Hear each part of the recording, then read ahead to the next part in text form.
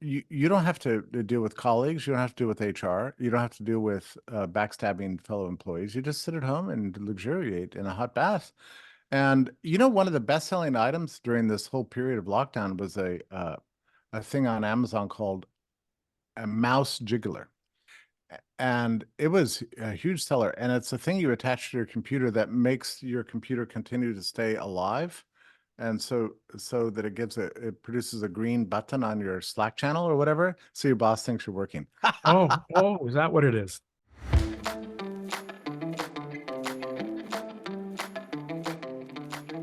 Hello, Culminators. Welcome to ColemanNation. It is a chilly day in lovely Newark, New Jersey. And just this second, the sirens outside stopped. The peace officers have achieved whatever their goal was. And, that's the great thing about living in the Northeast, is that you have so much comfort knowing that there are so many fine agencies of the state just tucking things away. But maybe our guest today will have something to say about that. He's Jeffrey A. Tucker, president of the Brownstone Institute, all kinds of academic stuff. He hangs out with the libertarians. I suspect him as one myself. I'm going to challenge him to explain why he and his friends have not solved the world's problems by now. He would think about Jeffrey Tucker. Then one of the reasons I wanted so badly to get him on the program is because he's he's one of those big picture guys. He like me, not like me. He's an economics nerd, as I purport to be, but he's actually got an advanced degree in economics, not a piddling concentration with a football player average in economics. Jeffrey, welcome to the program. How are you today? Oh, I'm doing fine. It's funny to hear me described as a big picture guy because I feel like I'm always in the weeds, and I have been for. I think I used to be a big picture guy. It's just that I had the picture wrong, and then the lockdowns happened, and then I've been in the weeds ever since. Digging through infectious disease epidemiology So I know that shifted your focus, yeah. but we're already getting ahead of ourselves. I asked you before we started recording.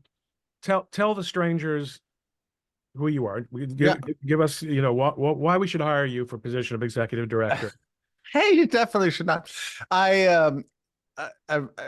run Brownstone. I founded Brownstone, and I'm running it. And the reason for that was that I just felt there was a sense of incredible crisis in the land, if not all over the world, and I didn't see it being addressed in a way that made me happy. So I started Brownstone to do that.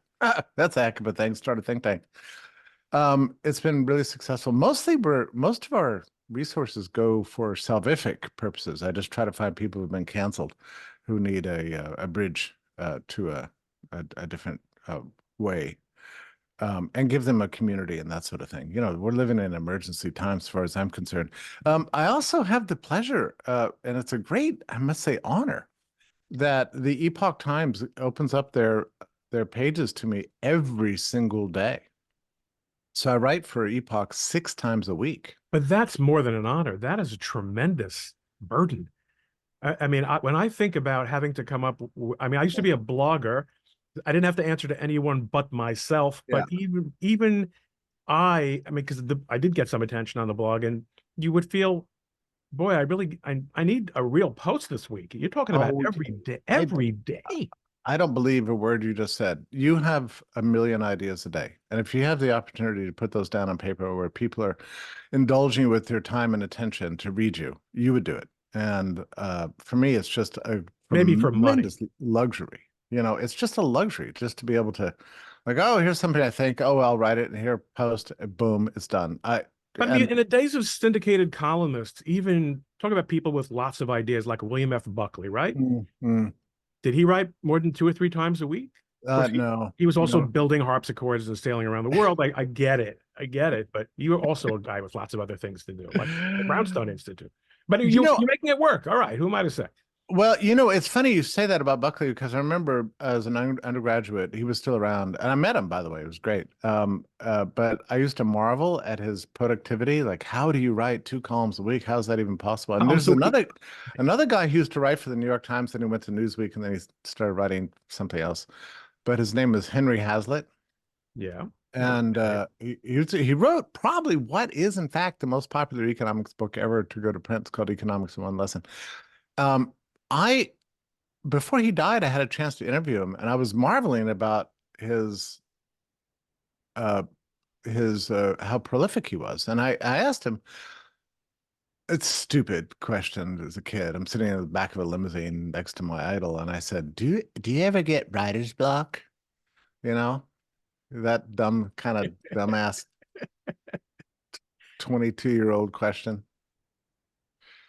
Well, that's the story is that you asked a stupid ass question, not that he had this great riposte. Well, no, his riposte was good. It wasn't that he takes Adderall. It was, he said, look, writing is just like riding a bike. Once you do it, you just do it. And if it's your job to ride a bike, you're going to ride that bike every day. That's it. That's what he said. A very pragmatic answer. Yeah, but it stuck with me in a weird way. So, I'm amazed so when people tell me they're bored. yeah. What, you know all the things? So one of the things that I realize is that not everyone is motivated by knowing all the things. And Oh, some that's people yeah, really don't care about the things. that's true. But I don't know. I mean, some people just have like I think you have a very I don't want to just I mean fertile, sort of brain in a way, but all day I think, whoa, well, that's strange, or that's weird, or wow, does this have an explanation? How did this happen to come about? Why is this happening? And then I quickly develop a theory to solve my problem, right? It was like, here's a problem. Oh, here's my sort of answer. Oh, that's an article. Boom. And then I just move on like that, I just roll through reality as I see it. I was reading, I often keep, especially when I'm reading Ian Fleming novels, Ah, who he was so erudite and yeah, worldly, yeah. but he really lived in a time and place that I am not so well plugged into. And he uses a lot of terms that I don't know the meaning of. So I keep my phone right next to me and I quickly look up. Of course, I forget it immediately, but I look up so I understand what he's talking about. And then you find yourself on these daisy chain journeys through Wikipedia, Yeah. and you're all of a sudden you're with a gangster, and then you're seeing people you're related to, or I mean, it's the there's so much going on. Obviously, you get what I'm talking about. Yeah. Economics, we both agree, I think, is a great paradigm. It's not the answer to questions, Nope. but it's a paradigm Yes. to understanding problems. Wouldn't you Yes. agree? Yeah. No, I agree with everything you just said. I mean, every field of study can be focused on to the exclusion of everything else and end up in nonsense. Uh, and that's true for everything: infectious disease, economics, political science, psychology, you name it. Um, so you need a kind of broad perspective, but then you also need a specialization. And also, you probably shouldn't write about things you haven't at least developed some, depth of familiarity. I mean, some familiarity with it that reflects some competence. Yes, and it's very interesting because I'll say this much for myself. It's an entirely value neutral statement. I'm a prolific social media content creator. Let's just leave it there, okay? Now, Mrs. Coleman is the yin to my yang.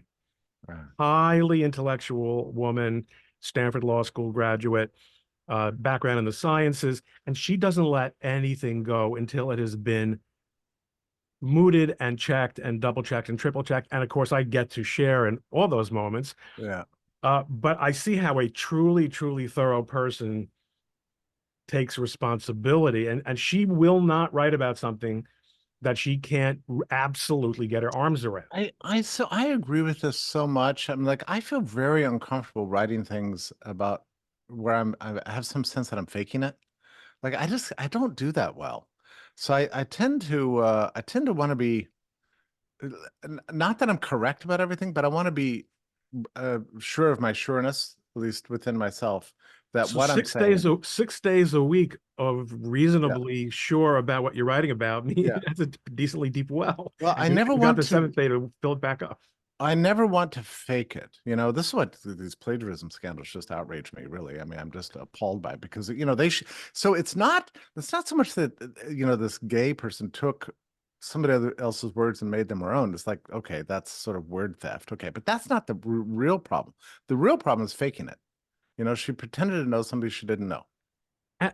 I don't understand how a person can go through life enjoying something that is not rightfully his. Now, if your Yeah. mom or dad or God gives you a gift, okay. I listen, I do. Do I enjoy being incredibly good looking? I didn't earn it in any way. Okay.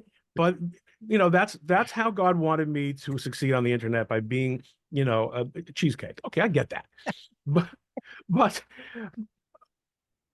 like the whole thing with the men competing in women's sports, how, I don't. how are you proud of that? Yeah, You How are I you don't. proud of that? I don't I get do it. not get it. I don't get it. But you know, apparently we have a whole class of people that are sitting at the commanding heights of our society that are kind of ruling the public mind in some way.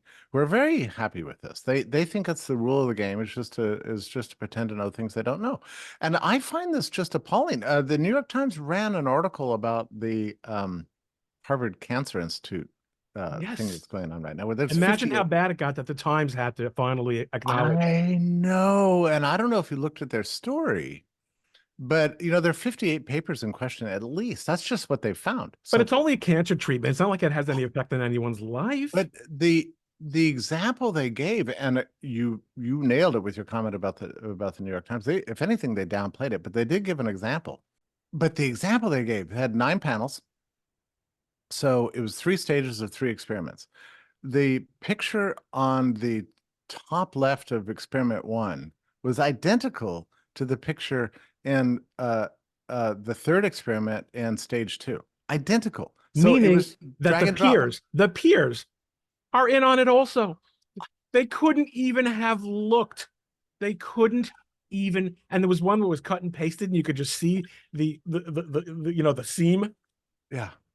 Yeah, it was unbelievable. This is the kind of thing that when your kid is 10 years old and hadn't finished the math homework and excuses himself to go to the bathroom and comes back slightly late.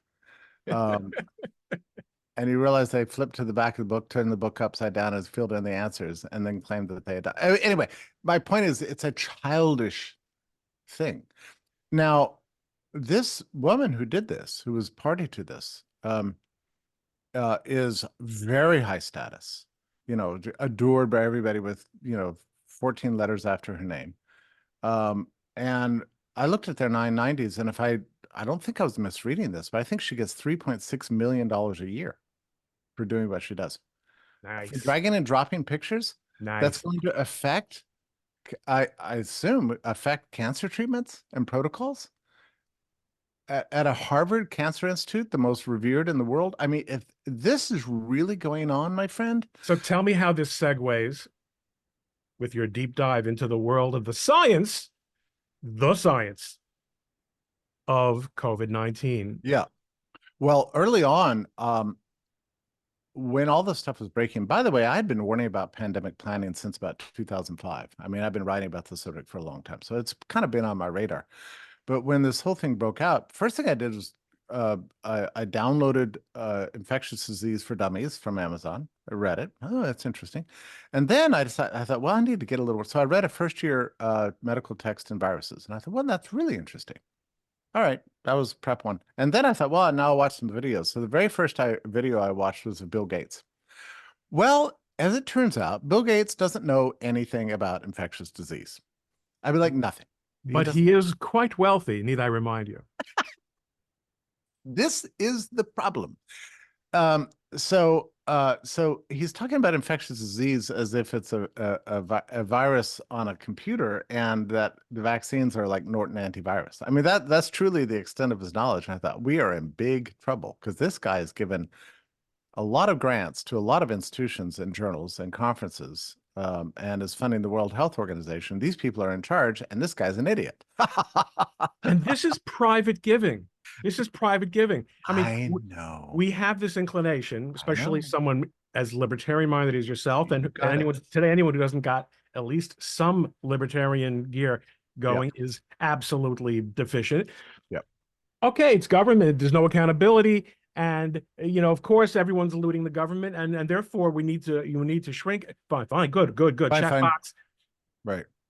Private money, Yep. private money, Yep. highest and best quality control. Where the hell is it? Yep.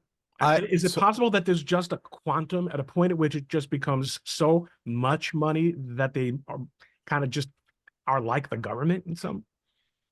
you ask profoundly interesting questions. And I Try. have to say, it's rocked my world because, yeah, I used to have I would say a little bit of a simple-minded view, like if we just get rid of the government, then everything will be perfect. But the last several years have caused me to adjust that. That the problem is not so binary like that, and it's not so simple. There are strange links between the public and private sector that are so deep and so corrupt. And nor is it easy to say, like one thing a libertarian would say was simply like, well, if the government is corrupting the private sector. Yeah, but it also works the other way. And we've seen many examples of that, with the FDA, I mean, so which is the hand and which is the glove? It's not so clear. And anyway, our simplistic ideological categories do not shed light on the depth of the problem.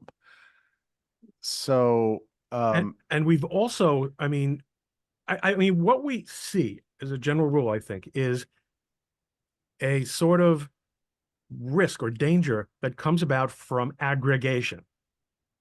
From aggregation, because with aggregate, let's say hide the idea of the corporation, aggregation of capital in exchange for lack of accountability, yeah, essentially, yeah, beyond your investment, aggregation of resources in academia.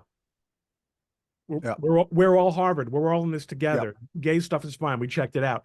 And the bigger institutions and the wealthier institutions yeah, and people who may as well be institutions or even yeah, nation states get, the less accountability and the more and the more potential to do harm. yeah, But on the other hand, we also know that great things don't get done except with aggregation, especially in a modern world where we're all electrified already. yeah. We've these are Yeah.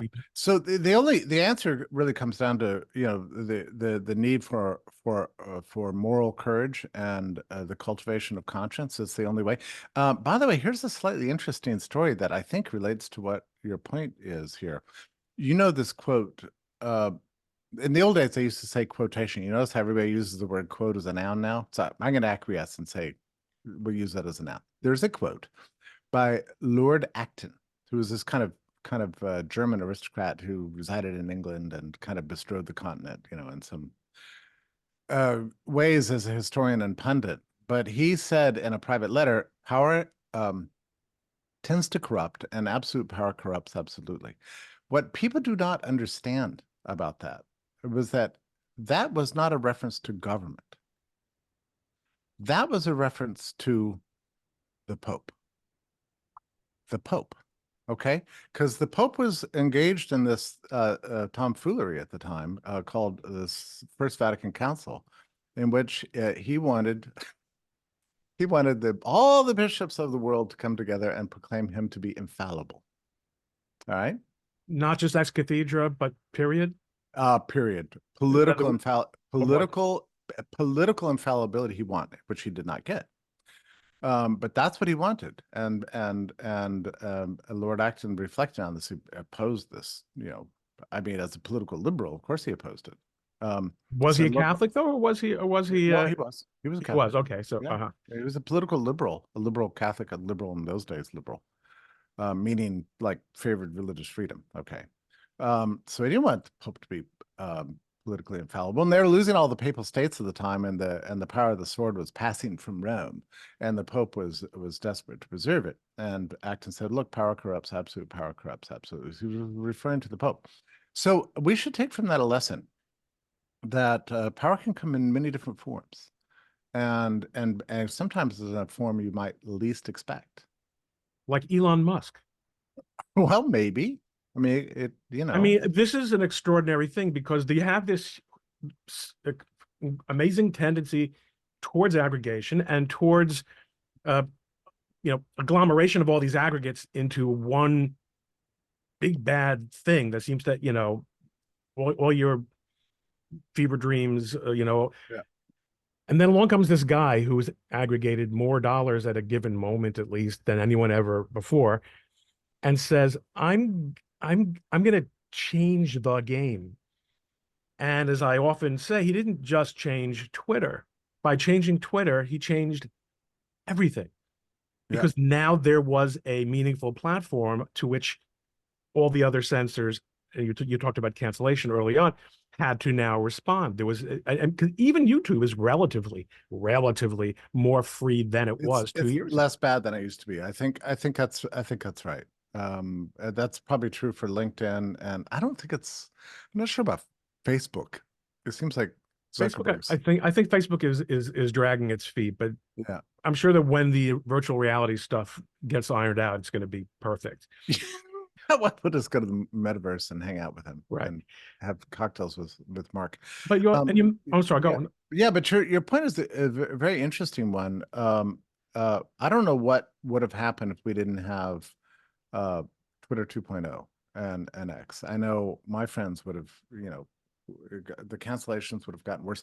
So far as I can tell, there was a strange thing that happened beginning in the spring of 2020, where there was a real attempt to consolidate media and put an end to alternative press and put it all together back together again in a way in which there could be a coherent message, on the part of all the establishment to drop onto the public mind and just be done with it. And it didn't really work, and it hasn't really worked. And today, the old media is in a panic, and I mean this really. I had a long discussion with the New York Times reporter a few days ago about this, and I just let him talk for an hour, and it was really revealing about the old media towards the new media. There's a sense of panic, but I tell you, they're watching it very carefully. They also know their days are numbered. At least they feel that way, and that also explains the panic. And the That extremism. Yeah, the extremism that you get on NPR, every day. I don't know how often you do this. You It's should, the sound of desperation. It's yeah. the smell of desperation. Flop It's sweat. bizarre. I mean, I turn it on every once in a while when I've got a short trip in the car, and I turn it on, and it doesn't matter what time of the day. You're going to hear some insane things. And you can't last more than a few minutes because you got for what I'm paying for this lease, I'm going to put my fist through yet another screen. I'm not going to do that. But libertarians just loved, I was representing a lot of these canceled characters, and people were, including lunatics like Ken White, but even people who haven't lost their minds. Hey man, private company, why don't you understand that there's a point at which a private company Yeah, can vacuum liberty away from you, yeah, regardless of whether you are interested in its economic yeah. model, whether you what's the libertarian? I mean, is there a new paradigm to explain this to non-academic libertarians? What they've been missing on this? I've been screaming about this now for years, and I try not to address the libertarians because it's boring. But there definitely needs to be a Oh, greater you degree. mean to physically, literally address them in a place with a microphone? Well, Or no, even you mean even as part of the yeah, intellectual I would debate? like to dig into the little factions and say, oh, you're wrong on this, or you're wrong on that. Here's your theoretical problem. But Eisenhower back in what is it, 54, simply gave this speech about the military industrial complex where he really drew attention to this problem of these combines, these partnerships of state and private sector that's so deeply corrupting. Well, that was back in the day. Well, the that exact model has come home and affected all of our lives now. It's affected the way our phones operate and the news we read and Not to mention the entire secret service aspect, all all the intelligence services, which I also deeply distrusted, Yeah. but not deeply enough to actually scotch him because Yeah. he loved that U2 data. Yeah. Yeah. The data is itself the data mining and, the marketing of our lives in the form of big data sets, being sold to government and then governments, sharing them with other private. This is going on. There's nothing we can do to stop it, but it's going on right now, and it's deeply corrupting and very scary, and it's But you've affecting got our a think lives. tank. Yeah. Got a think tank. So obviously you're thinking of ways to stop it, right? Doing our best. First of all, we have a major obligation to document what's happening, and that the mainstream media is not doing. So we're really deep into all these things. Every day we get more FOIA requests coming out. Um, uh, Do you know and Adam Townsend? Are you familiar with his work at all? yeah, yeah, He has been keeping a sort of massive diary on what you seem to be talking about the same, like all these things that are going on. I'm going to yeah, connect you guys because I think you might have a very yeah. interesting I would like conversation with that. him. It's hard to keep up with all the details, but like yesterday, there's an organization called U.S. Right to Know, and they did another dump of FOIA requests on this thing called CISA, which stands for Cyber Security Information Security Agency. Agency, right? Yeah, which was started in 2018. Now, their fingerprints are all over everything of our times. Okay, so I don't. I mean, maybe Congress authorized them at some point, but they're What's the operating difference? on What's the difference? the We are in the yeah, post-legislative era. yeah, for sure, and so they Doesn't really. operate under the Department of Homeland Security, and the first head of it was taken out of the so-called National Security Agency, which itself was a creation of the CIA. Well, CISA. Um, I had known so far, and I've been kind of following them for years now, but they were the organization that first announced the division of the American workforce between essential and non-essential. And that was on March 18th, 2020. And they sent out a chart to find out if you were essential or unessential. And that went out to every public health department in the country, which was then distributed to every corporation and HR department of the country. And then we all got the memo. You're essential, you're not essential. It's like, well, who's deciding this? Not the Department of Labor, but this organization called CISA. And then it turned out that CISA had its hands all over the censorship, and they were actively saying which accounts Twitter should be amplifying, which ones they should suppress, and doing this while all social media companies. Well, U.S. Right to Know yesterday reveals a whole series of documents of weird implications. They were all over the issue So, of election right. fraud. Yep. Yep. An incredible thread yesterday that some people put out. Yeah. So now here you have CISA handling, labor relations in America, deciding who's essential and unessential, and dividing a wall between all workers in America, deciding what you can say and what messages get out to the public, and now governing our election integrity systems of voting, and that is one powerful organization. They don't even have many employees, and nobody's even heard of them. I mean, what the heck happened? So the Brownstone Institute you're getting your arms around all this, and I assume that you are launching it into orbit or sending it to some far out galaxy, because what good is it going to do to document it if we're all going to end up in the same gulag together? I know. I mean, I think the very first thing we have to do is increase public awareness. And I don't know how to do that other than just, continuing to publish, right? Knowledge wins. I Yeah. mean, people said to me that even during the darkest days of Twitter censorship, um, why are we bothering? And the answer is because Yeah. we can, and we Yeah. must.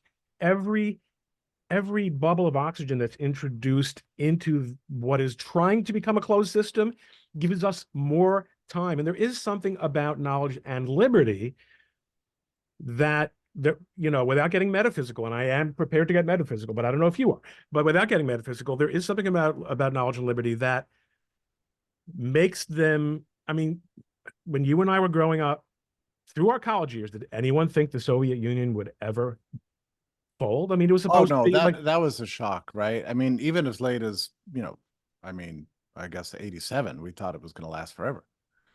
And then a blink of an eye, it just vanished. I mean, it was weird. So yeah, things changed slowly, then all at once. And how does that happen? And it really comes down to the power of ideas, which is not appreciated in many ways. And just very quickly to explain this, like if I have this coffee cup, you can't have this coffee cup, even if you're. I mean, if you came here, you could grab it from me, then I wouldn't have it, right? That's I think I'm bigger than you, and now we've learned from our discussion with Dave Rubin, I'm older than you. So but physical properties like this, it's got limits. But you can mutate these ideas. The ideas are mutable and infinitely shareable. So it's like the creation of an idea is like creating an infinitely shareable piece of property. And they enter into everybody's brains. You can take my ideas and not take them from me. That's magic. That's beautiful. And ideas are what shape the world. I mean, the things we do, the choices we make, for whom we vote, the way we think about the world, they all stem from the things we believe, and the things we believe are influenced by what we read and those ideas to which we're exposed. And that's really the essential desiderata of history itself. It's not like Hegel said that there's some sort of gods of history that are scripting everything out, and we're all just along for the ride, like at an amusement park. then you're in Marx's back pocket for the rest of that ride Yeah. because those are the historical forces that more people who want your coffee cup are interested in than the ones Yeah, who have coffee cups. and Marx was a bit of a huckster in a way because he came up with this cockamamie idea of how the history should run, and then people said, "Yeah, but how are you going to make that happen?" And so he dug around and found this guy named Hegel who said, "Oh, everything is inevitable." And he said, "Well, look, I'm a Hegelian. But the triumph of my ideas is inevitable." History. It's baked into, people are like, oh, well, that's very interesting. Fascinating that you can see this and nobody else can. That's that's a weird subsidy that you're giving your ideological fanaticism just to announce that it's going to happen At least regardless. people of faith acknowledge that there is a faith component to our eschatology, and that Yeah. listen, you don't have to believe it. We've got the Torah. You don't find that to be appealing. You don't like the Bible or the Quran. All right, fine, fine. Then we'll deal with, with graphs. But he's saying, I don't even want to see graphs. You're going Yeah. to tell me supply and demand, they're irrelevant. I'm going to tell you forces of history, man. And Forces if you of history. and if you disagree with me, that makes you a reactionary. So yeah, it was all kind of a racket from the 1850s or whenever he started doing this stuff all the way up to the present. But they're still doing it. And this is what NPR is doing. And this is why you get so much anger and strange fanatical hatred and psychopathology masquerading as punditry in places like the New York Times and NPR, because they're mad that the world has not conformed to where they want it to be. So then now they're just, they're happy to blow it up. I mean, that's essentially it, I think. Yeah, I mean, we have sort of reached a nihilistic tipping point, haven't we? There's, this idea that Palestine, therefore you're not going to work today. Yeah, that's right. That's right. Carbon emissions, therefore there's not going to be art. I mean, and it's an infantilization Yeah. of exactly that phenomenon you just said. Oh, Yeah. ideas. Well, our ideas aren't working out, and therefore we're gonna all have temper tantrums. Yeah, that's right. Well, and part of this was subsidized by the fantasy world that was created by lockdowns, right? I mean, so it's like, oh, here's some great news. You can just wake up, you can shower or not shower, dress up or not, just wear your pajamas all day, and then you're going to get the same salary and sit at home. You'll be You more don't need, productive. You'll be more productive, not yeah, less. and the money you're actually going to get more money than ever. And you don't have to deal with colleagues. You don't have to deal with HR. You don't have to deal with backstabbing fellow employees. You just sit at home and luxuriate in a hot bath. And one of the best-selling items during this whole period of lockdown was a thing on Amazon called a mouse jiggler. And it was a huge seller. And it's a thing you attach to your computer that makes your computer continue to stay alive. And so that it produces a green button on your Slack channel or whatever, so your boss thinks you're working. Oh, is that what it is? So this spoiled people into thinking that, I mean, look, it made people's people had aimless lives going into lockdown anyway, and they thought, well, this is great. Now I can live an aimless life and be paid for it. So to work is what we're supposed to do. I mean, you can read this in Genesis, right? So God just says, okay, now you have to toil, and eh, that's what you do. You come of age, and then you work, and then you die, and that's just sort of and you find fulfillment in that, right? And So even Marx would agree. yeah, That's your basic utile, your basic measure of utility in the world is labor. yeah, yeah, that's right. And That's a good thing. yeah, that's who you are. That's what you do. That's your vocation in life. You got to figure it out. And so a whole generation now came to believe that they didn't have to do that, and they're annoyed by it. You can look at TikTok now. All these videos. Why do I have to go to work? This is terrible. Well, sorry, working is just part of life. It's part of bettering your world and the world around you, and that's just So at Brownstone, what's the soft spot? Like what is it you guys are thinking the is the area of endeavor, whether it's intellectual or otherwise, where we're most likely to be able to yeah. stamp toward history and do more than yell stop. Um, so I don't know the answer to that question, but I tell you what, I've got three working groups right now, and I'll tell you the subjects that we're working on most in a most focused way. The first one is on pandemic planning. So this is very important because there's a gigantic industry worth several trillion dollars probably spread all over the world that is plotting to use the next pandemic to do something very similar to us that they did last time. Lockdowns and But better. mandates, yeah, all these kind of things. Yeah, but better, of course, with a better vaccine, of course. And and it turns out this whole industry, I feel like I'm giving away the punchline here, but it's a racket. Actually, pandemics have been on the decline since World War II, if not before, actually for a better part of a century. We wash our And hands now. yeah, and we have better sanitation. Also, we have more exposure than we ever had, which, if you believe in natural immunity, which you should, is protective of infection. So we have much less. So there's no basis for this existential fear of disease X. So, but I've got a team working on this, and they've generated several devastating papers, and I just got another one this morning about disease X from this, and I cooperated with Leeds University on putting together this working group. A So I'm really university in the Western world was allowed to ask questions like this in the UK, much less. so you're a very sharp guy. You figured Yeah, out that there's I'll something a take it. little weird about that, right? Yeah. And I thought there was something weird about that too. So I was a little reluctant to do it because, at first you think, oh, I'll have a university association. That will make me prestigious. But then you realize, What's well, what that's gives you? that's maybe asking for trouble. So I went into this relationship with a little bit of caution, but the researchers there convinced me that they had access to data sets that you can't get outside of a university setting. So that's the value added. So I went ahead and so far, so good until this podcast. Um,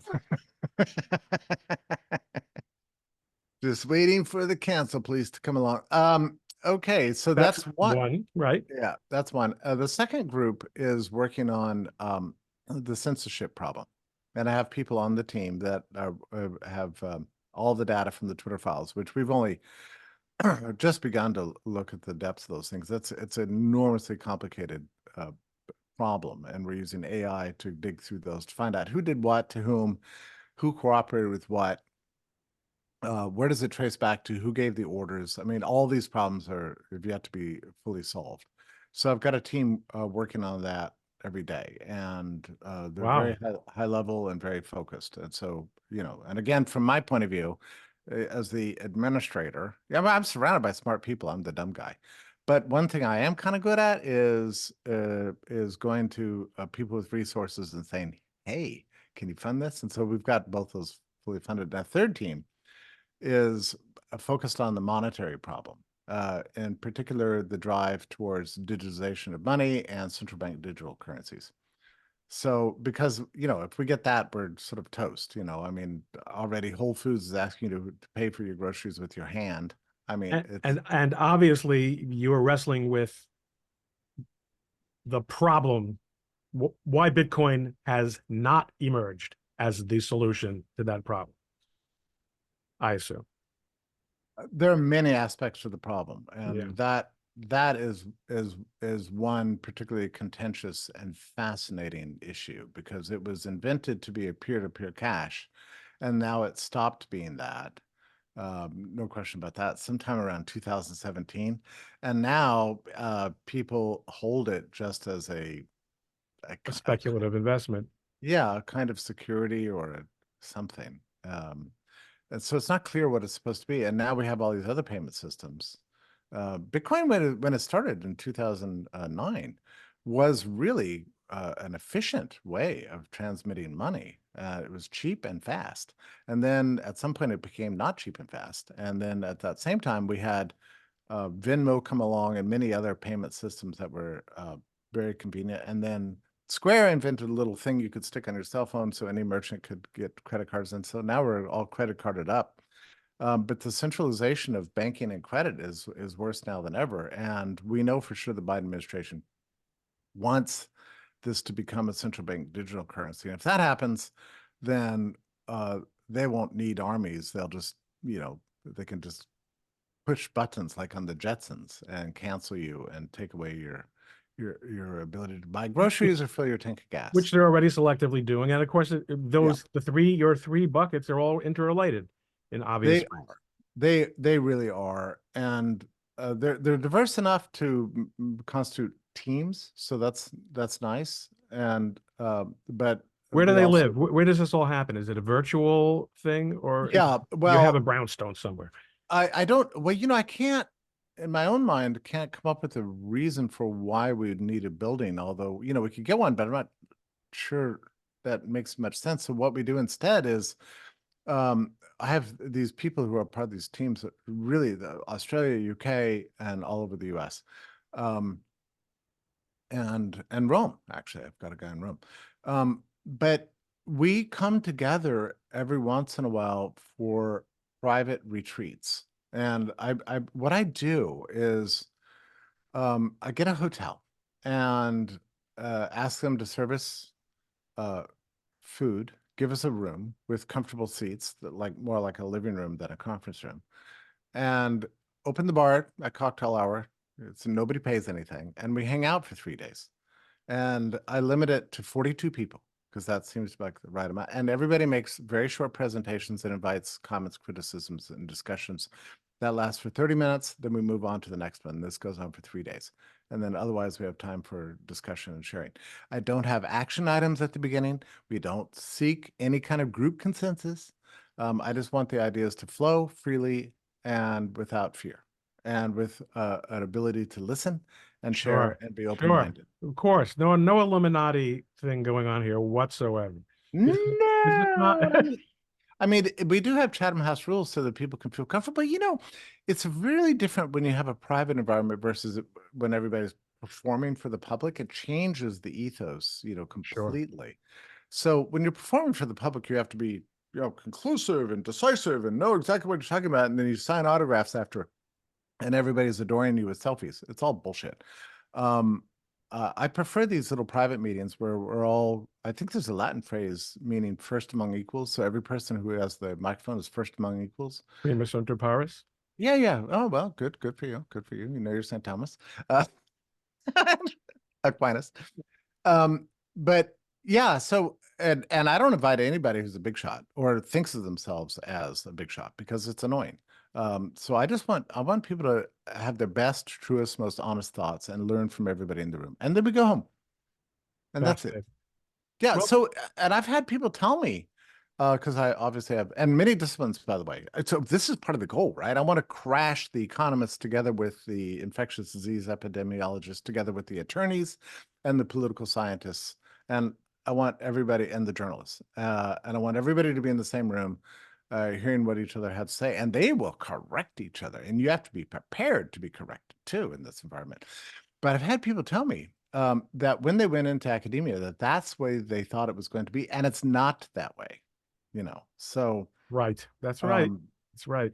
So my own imagination is very much animated by a kind of Victorian nostalgiaism that I've invented for myself in my own mind. And it extended from a trip I took to Salamanca, Spain, many years ago. And I saw the grave of Victoria, the great international law theorist. And he's a tiny little man.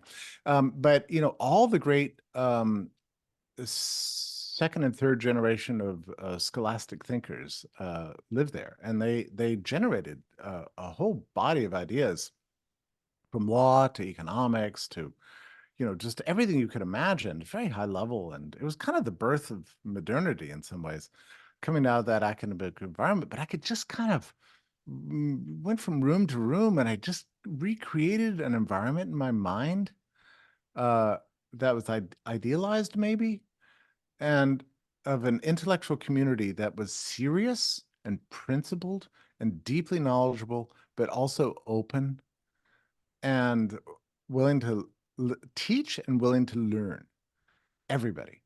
And Fascinating. and at various periods of history, and again, I'm not saying anything in my head, in my imagination is true, but I do imagine it, that we had something like that in interwar Vienna, you know, with various circles of intellectuals getting together and sharing ideas. Where Freud was influencing the economists, and the economists were Sure. influencing the philosophers, and it's so beautiful. And then, of course, the diaspora happened. So every time we get these things together, something terrible happens and they get all broken apart. But we can't stop trying to put them back together again. That's right. That's what we do. And that process of endeavoring to keep putting it back together is what prevents them from preventing us from putting it back together. You simply have to keep at the pressure has to be maintained, and you guys are obviously doing it. It's our job. And the other thing I learned very early on is I gave up the idea of saving the world. I couldn't do it. I knew that I couldn't do it. I mean, the world was falling apart when I started Brownstone. I could not put that back together again, but I knew that I could do some good. Some good.